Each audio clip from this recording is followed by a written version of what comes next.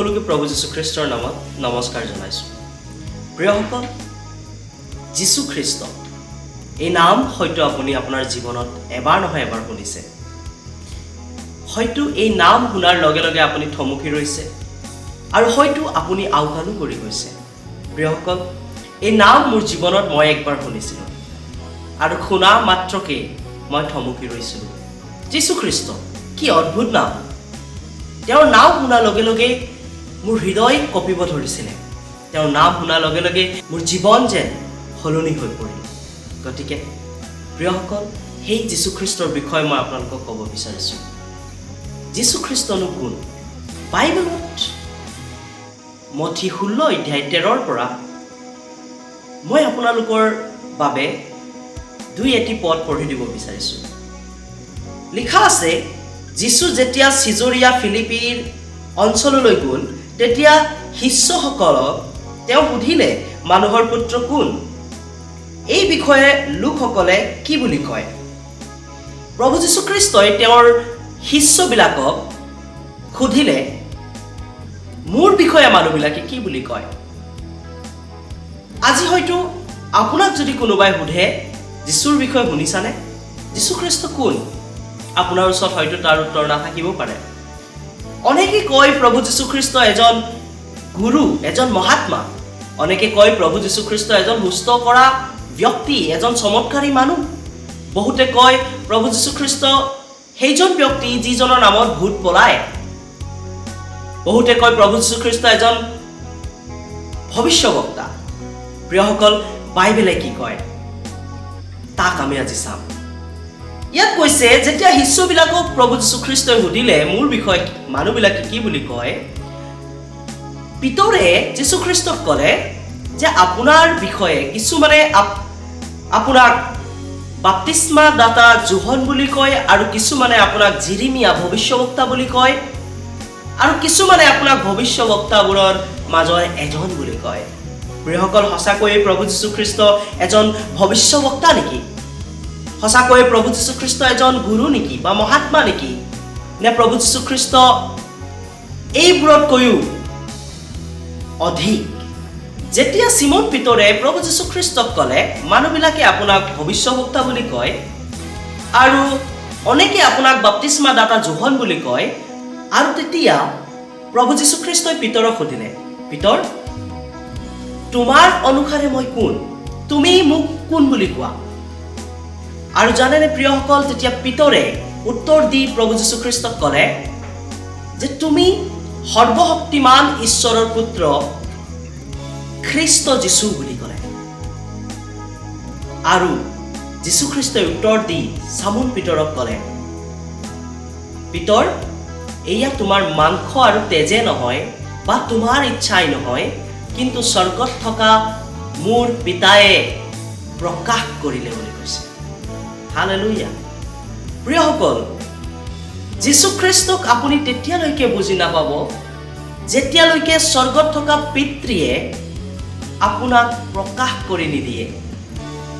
যীশুখ্ৰীষ্টক আপুনি তেতিয়ালৈকে চিনি নাপাব যে তেওঁ এজন উদ্ধাৰকৰ্তা, তেওঁৱেই সৃষ্টিকৰ্তা, যেতিয়ালৈকে স্বৰ্গৰ শক্তিয়ে, পবিত্ৰ আত্মাই আপোনাক প্ৰকাশ কৰি নিদিয়ে। আজি অনেক লোক আছে পৃথিৱীত যিবোৰে প্ৰভু যীশুখ্ৰীষ্টক আজিও চিনি পোৱা নাই। প্ৰিয়সকল, যীশুখ্ৰীষ্ট হৈছে সেইজন ব্যক্তি যাক ইতিহাসবিদসকলেও আওকাণ কৰিব নোৱাৰিলে। প্ৰিয়সকল, যীশুখ্ৰীষ্ট হৈছে সেইজন ব্যক্তি যাৰ শিক্ষাই আজি সমস্ত পৃথিৱীতে, সমস্ত দেশত বিতৰ্কৰ আৰম্ভণ কৰিছে। আৰু আপুনি যদি চাই, পৃথিৱীৰ আটাইতকৈ বিতৰ্কিত মানুহজন কোন? আপুনি যীশুখ্ৰীষ্টৰ নাম চাবলৈ পাব। কিয় জানেনে? প্ৰভু যীশুখ্ৰীষ্টৰ শিক্ষা, তেওঁৰ শিক্ষা এই পৃথিৱীৰ কোনো শিক্ষাৰ লগতেই নিমিলে। তেওঁৰ শিক্ষাবোৰৰ বাবেই মানুহে তেওঁক অস্বীকাৰ কৰিব বিচাৰে। কাৰণ যদি আপুনি তেওঁক বিশ্বাস কৰে, যদি আপুনি তেওঁক স্বীকাৰ কৰে, তেনেহ'লে আপুনি এইয়াও স্বীকাৰ কৰিব লাগিব যে আপুনি এজন পাপী মানুহ। কাৰণ প্ৰভু যীশুখ্ৰীষ্টই কৈছে, এই পৃথিৱীত আমি পাপ কৰি পাপৰ দাস হৈ আছো। পৃথিৱীৰ সংসাৰৰ সকলো মানুহ পাপ কৰি পাপৰ দাস হৈ আছে, পাপৰ দাসত্বত আছো। বাইবেলৰ আমি যদি যোহন 5 অধ্যায় 34 ভাৰ্চত চাওঁ, পদত চাওঁ, এনেধৰণে লিখা আছে, যীশুৱে উত্তৰ দি ক'লে, মই তোমালোকক সঁচাই কওঁ, যিকোনোৱে পাপ আচৰণ কৰে তেওঁ পাপৰ দাস। গতিকে প্ৰিয়সকল, আমাৰ জীৱন কালত আমি ভাবোঁ আমি কেতিয়াও পাপ কৰা নাই। আৰু বহুত মানুহে ভাবে পাপ নামৰ কোনো শব্দই এই পৃথিৱীত নাই, পাপ নামৰ কোনো বস্তু এই পৃথিৱীত অস্তিত্বই নাই বুলি ভাবে। কিন্তু প্ৰিয়সকল, বাইবেলত কৈছে, যদি তুমি কোনো মহিলালৈ কাম ভাৱেৰে চোৱা, তুমি অন্তৰত তেওঁৰ হতে বেবিচাৰ কৰিলা। যিকোনো মহিলাৰ ফালে কাম ভাৱে চাই সি তেতিয়াই মনতে তাইৰে সৈতে বেবিচাৰ কৰিলে, এনেকৈ বাইবেলত লিখা আছে। আৰু এয়া প্ৰভু যীশুখ্ৰীষ্টৰ শিক্ষা। যদি আপুনি প্ৰভু যীশুখ্ৰীষ্টক স্বীকাৰ কৰে প্ৰিয়সকল, তেনেহ'লে আপুনি এই কথা মানিব লাগিব যে বাইবেলত লিখা প্ৰত্যেকটো কথা সত্য। আৰু বাইবেলত লিখা কথাবোৰ কেতিয়াও মিছা হ'ব নোৱাৰে। পৃথিৱীৰ সম্ভ্ৰান্ত লোকসকলে ইতিহাসত যীশুখ্ৰীষ্টৰ কোনো অস্তিত্বই নাছিলে বুলি প্ৰমাণ কৰিবৰ বাবে যুদ্ধ কৰি আহিছে। তেওঁবিলাকে এই কথা প্ৰমাণ কৰিব বিচাৰে যে যীশুখ্ৰীষ্টৰ অস্তিত্বই নাছিলে, কিন্তু জানেনে প্ৰিয়সকল, তেওঁবিলাক ব্যৰ্থ হৈছে। আচলতে কিয় মানুহবিলাকে প্ৰমাণ কৰিব বিচাৰে যীশুখ্ৰীষ্ট নামৰ কোনো ব্যক্তিত্ব নাছিলে বুলি? কাৰণ যদি আপুনি এই কথা প্ৰমাণ কৰিব পাৰে যীশুখ্ৰীষ্ট নামৰ কোনো ব্যক্তিত্ব পৃথিৱীৰ ইতিহাসত নাই, তেনেহ'লে আপুনি এই কথাও প্ৰমাণ কৰিব পাৰিব যে বাইবেলত লিখা কথাবিলাক মিছা আৰু তাক পালন নকৰিলেও হ'ব।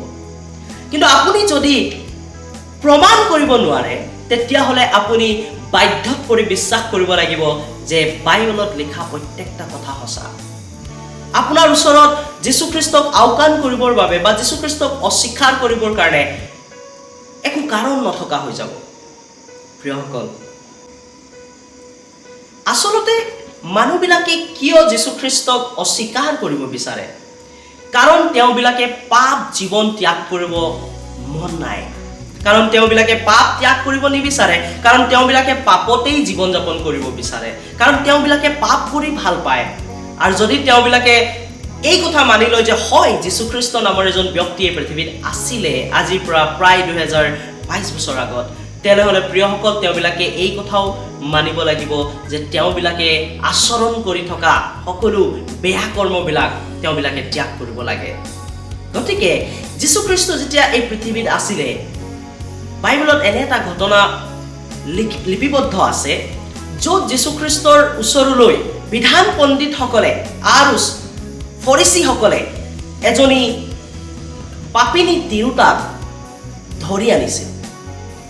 বাইবেলত এনেধৰণে লিপিবদ্ধ আছে যে এই বিধান পণ্ডিতসকলে তেওঁক বেবিচাৰৰ কামত লিপ্ত হৈ থকা পাইছিলে আৰু তাইক ধৰি আনি যীশুখ্ৰীষ্টৰ ওচৰত থিয় কৰালে। যেতিয়া যীশুখ্ৰীষ্ট জেৰুচালেমৰ মন্দিৰত আছিলে,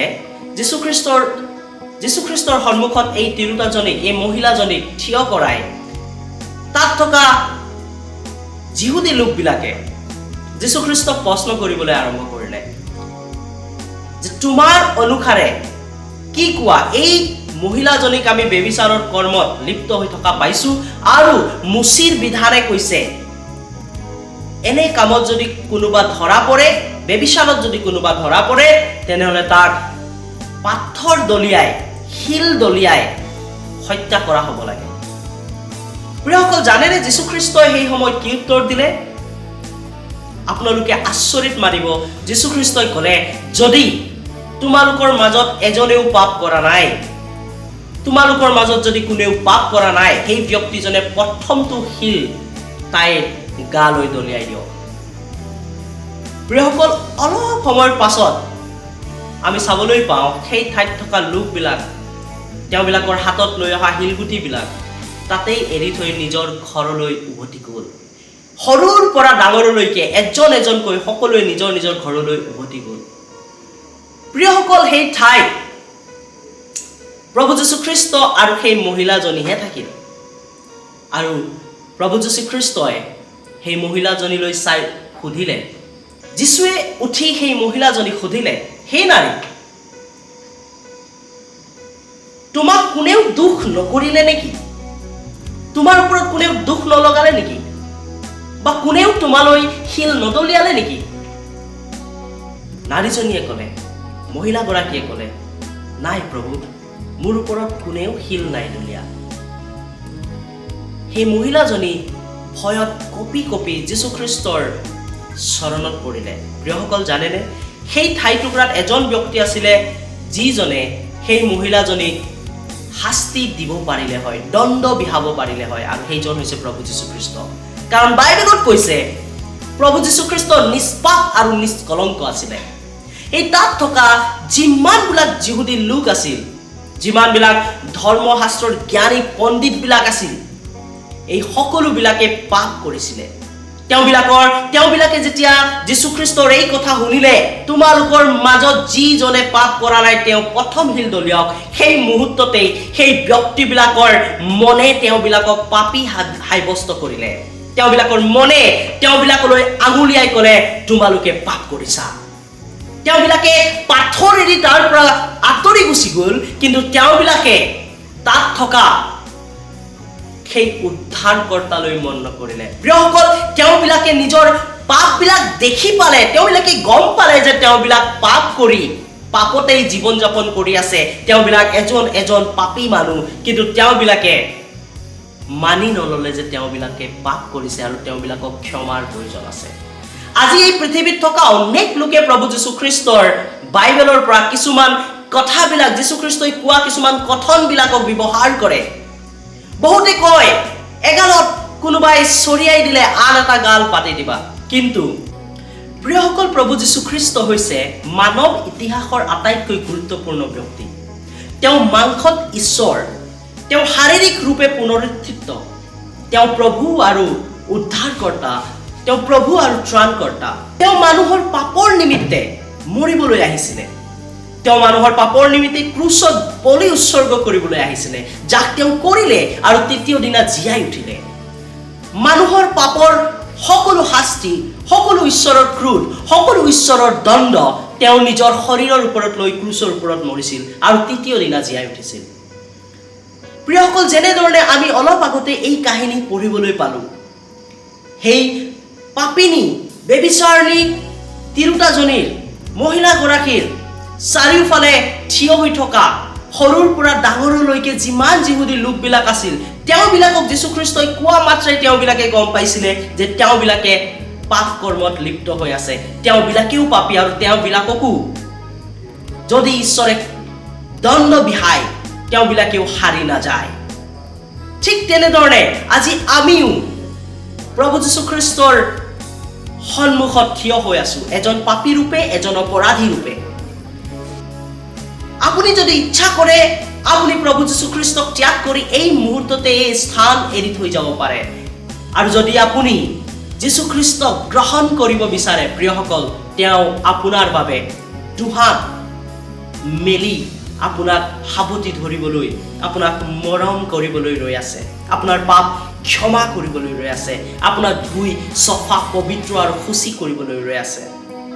যীশুখ্ৰীষ্ট সেই সময়ত তেওঁবিলাকৰ মাজত থিয় হৈ আছিল, কিন্তু কোনেও তেওঁক এজন উদ্ধাৰকৰ্তা, পাপৰ ক্ষমা দিওঁতা হিচাপে চাব নোৱাৰিলে, চিনি নাপালে। তেওঁবিলাকে যদি সেই মুহূৰ্ততেই তেওঁবিলাকৰ হাতত লৈ থকা শিলগুটি মাটিত পেলাই যীশুখ্ৰীষ্টৰ চৰণত আহি ক'লে হয়, প্ৰভু, মোক উদ্ধাৰৰ প্ৰয়োজন, মোৰ পাপৰ ক্ষমাৰ প্ৰয়োজন, কাৰণ ময়ো এজন পাপী মানুহ, প্ৰিয়সকল, সেই মুহূৰ্ততেই তাত থকা প্ৰত্যেকজন ব্যক্তিয়ে ক্ষমা লাভ কৰিব পাৰিলে হয়, প্ৰত্যেকজন ব্যক্তিয়ে উদ্ধাৰ লাভ কৰিব পাৰিলে হয়, পৰিত্ৰাণ লাভ কৰিব পাৰিলে হয়। কিন্তু তেওঁবিলাকৰ মন অন্ধকাৰেৰে পৰিপূৰ্ণ আছিল, তেওঁবিলাকৰ অহংকাৰ, তেওঁবিলাকৰ চকু অন্ধকাৰ কৰি ৰাখিলে। আজি আমাৰ অহংকাৰে, আমাৰ গৰ্বই আমাৰ চকু অন্ধ কৰি ৰাখিছে, যাৰ বাবে আমি যীশুখ্ৰীষ্টক উদ্ধাৰকৰ্তা ৰূপে চিনি পোৱা নাই, যাৰ বাবে আমি যীশুখ্ৰীষ্টক সেই প্ৰকাৰে চাব পৰা নাই যি প্ৰকাৰে আচলতে যীশুখ্ৰীষ্ট এই পৃথিৱীত আহিছিল। যীশুখ্ৰীষ্টক যি উদ্দেশ্যত আহিছিল সেই উদ্দেশ্যক আমি বুজিব পৰা নাই। কাৰণ কিয় জানেনে প্ৰিয়সকল? কাৰণ আমাৰ আত্মিক চকু অন্ধকাৰ হৈ আছে। আমাৰ গৰ্বই, আমাৰ অহংকাৰে আমাক যীশুখ্ৰীষ্টৰ ওচৰলৈ আহিবৰ বাবে বাধা উৎপন্ন কৰি আছে। প্ৰিয়সকল, আজি এই মুহূৰ্তত মই আপোনালোকক এক অনুৰোধ কৰিব বিচাৰোঁ, যদি সঁচাকৈ আজিৰ এই বাক্য শুনাৰ যোগেদি আপোনাৰ মনৰ কোনোবা চুকত আপুনি গম পাইছে যে আপুনি কৰা ভুলবিলাকৰ বাবে ঈশ্বৰৰ পৰা আপুনি আঁতৰ হৈ আছে, আজিয়েই এতিয়াই সুযোগ আছে। বাইবেলত কৈছে আজিয়েই উদ্ধাৰৰ দিন। এতিয়াই যদি আপুনি যীশুখ্ৰীষ্টক গ্ৰহণ কৰে, এতিয়াই যদি আপুনি আপোনাৰ পাপবিলাক ক্ষমা বিচাৰে, স্বীকাৰ কৰে প্ৰভু যীশুখ্ৰীষ্টৰ ওচৰত, তেওঁৰ ক্ৰুচত বোৱা তেজ আপোনাক ধুই চফা কৰিব, আপোনাক শুচি আৰু পবিত্ৰ কৰিব, আপোনাৰ সম্পূৰ্ণ পাপ ক্ষমা কৰিব। বাইবেলত কৈছে যদি কোনোবাই যীশুখ্ৰীষ্টক প্ৰভু ৰূপে গ্ৰহণ কৰে আৰু পিতা পুত্ৰ পবিত্ৰ আত্মাৰ নামেৰে বাপ্তিস্মা লয়, তেওঁবিলাকে স্বৰ্গত প্ৰভু ঈশ্বৰৰ লগত থাকিবলৈ পাব। প্ৰিয়সকল, তেওঁবিলাকৰ পাপ ক্ষমা হ'ব বুলি কৈছে। আহক আমি অলপ সময়ৰ কাৰণে নিজৰ চকু বন্ধ কৰিম। মই আপোনালোকৰ কাৰণে প্ৰাৰ্থনা কৰিম। প্ৰভু যীশুখ্ৰীষ্টই আপোনাক আজি এই মুহূৰ্ততে আপোনাৰ পাপৰ পৰা, সকলো মন্দতাৰ পৰা শুচি কৰিবলৈ গৈ আছে। কেৱল বিশ্বাস কৰক। আপোনাৰ কৰ্মৰ দ্বাৰা নহয়, মোৰ কৰ্মৰ দ্বাৰাও নহয়, কেৱল আৰু কেৱল যীশুখ্ৰীষ্টৰ অনুগ্ৰহৰ দ্বাৰা আমি ক্ষমা পাম। আহক প্ৰাৰ্থনা কৰোঁ। প্ৰভু যীশুৰ মহান আৰু পবিত্ৰ নামত পিতা, আমি আপোনাৰ পবিত্ৰ চৰণলৈ আহি আছোঁ। ঈশ্বৰ, আমি একমত হৈ এই প্ৰাৰ্থনা কৰিছোঁ, এই ব্যক্তিজন যিজনে আজি আপোনাক নিজৰ জীৱনৰ উদ্ধাৰকৰ্তা ৰূপে গ্ৰহণ কৰিছে, তেওঁৰ সকলো পাপ ক্ষমা কৰক, তেওঁক সম্পূৰ্ণৰূপে ধুই শুচি আৰু পবিত্ৰ কৰক, আপোনাৰ পবিত্ৰ আত্মাৰে পৰিপূৰ্ণ কৰক। ঈশ্বৰ, আজিৰ পৰা যে তেওঁ এজন ধাৰ্মিক জীৱন যাপন কৰা ব্যক্তি হয়, আজিৰ পৰা যেন তেওঁ সম্পূৰ্ণৰূপে এই পৃথিৱীৰ পৰা, এই সংসাৰিক মন্দতাৰ পৰা পৃথকে থাকি, তাৰ বাবে তেওঁক আপোনাৰ পবিত্ৰ আত্মাৰে আপুনি পৰিচালিত কৰক, তেওঁক সকলো বেমাৰৰ পৰা সুস্থ কৰক। প্ৰভু, আপোনাক ধন্যবাদ, সকলো আদৰ আৰু মহিমা আপোনাক দিওঁ। প্ৰভু যীশুখ্ৰীষ্টৰ মহান আৰু পবিত্ৰ নামেৰে প্ৰাৰ্থনা কৰিছোঁ। আমেন। ধন্যবাদ।